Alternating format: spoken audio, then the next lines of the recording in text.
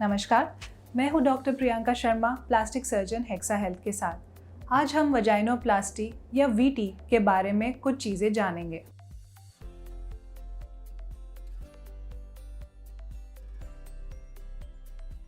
Vagina जो कि है एक समय के बाद, एज के साथ, डिलीवरी के साथ या सेक्सुअल एक्टिविटी के बाद ढीला होने का चांस उसमें रहता है। इसलिए जो औरतें डिस्कम्फर्ट फील करती है, जिनको यूरिन लीकेज का इश्यू आता है या एयर पैसेज का लीकेज का इश्यू आता है, उनके लिए वजाइनोप्लास्टी या वीटी की टेक्निक होती है। अब चाहे वो लेज़र से हो या प्रॉपर सर्जरी से हो, उसके लिए आपको आपके डॉक्टर से बात करना ज़रूरी है।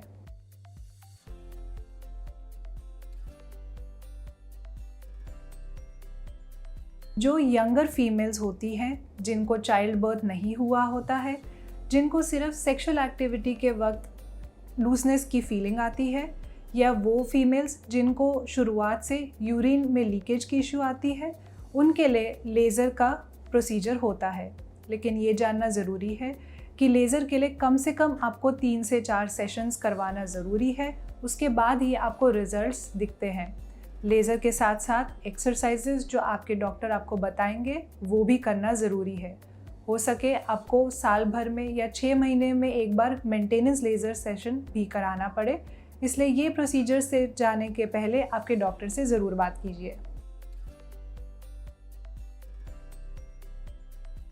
जो फीमेल्स 40 से 50 साल की उम्र से ऊपर हो, जिनको बहुत वजाइना में लूजनेस हो क्योंकि उनकी डिलीवरीज हो चुकी है, जिनको यूरिन में लीकेज की इश्यू आते हैं, उनके लिए प्रॉपर सर्जिकल वजाइनोप्लास्टी की जाती है।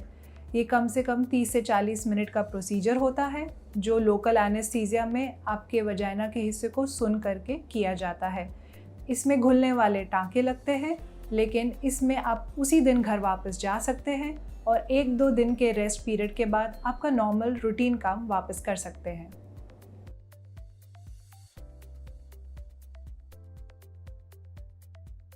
अगर आप लेज़र वजाइनल प्लास्टी करवा रहे हैं, तो उसमें आपको ज़्यादा चीज़ों के ध्यान रखने की ज़रूरत नहीं है। बस ये ध्यान रखिए कि आपका पीरियड का साइकिल उस वक्त ना चल रहा हो। अगर आप प्रॉपर सर्जिकल वजाइनोप्लास्टी करवा रहे हैं, तो आपके पीरियड्स ख़त्म होने के 2-3 बाद या अगले साइकिल से कम हफ्ता 10 दिन का गैप रखकर करवाइए। इसमें घुलने वाले टाँके लगते हैं, जिसकी वजह से कम 4 से 6 हफ्ते तक आपको कोई भी सेक्सुअल एक्टिविटी नहीं करनी होती है और आपकी एक्सरसाइजेस को लिमिटेड रखना ज़रूरी है।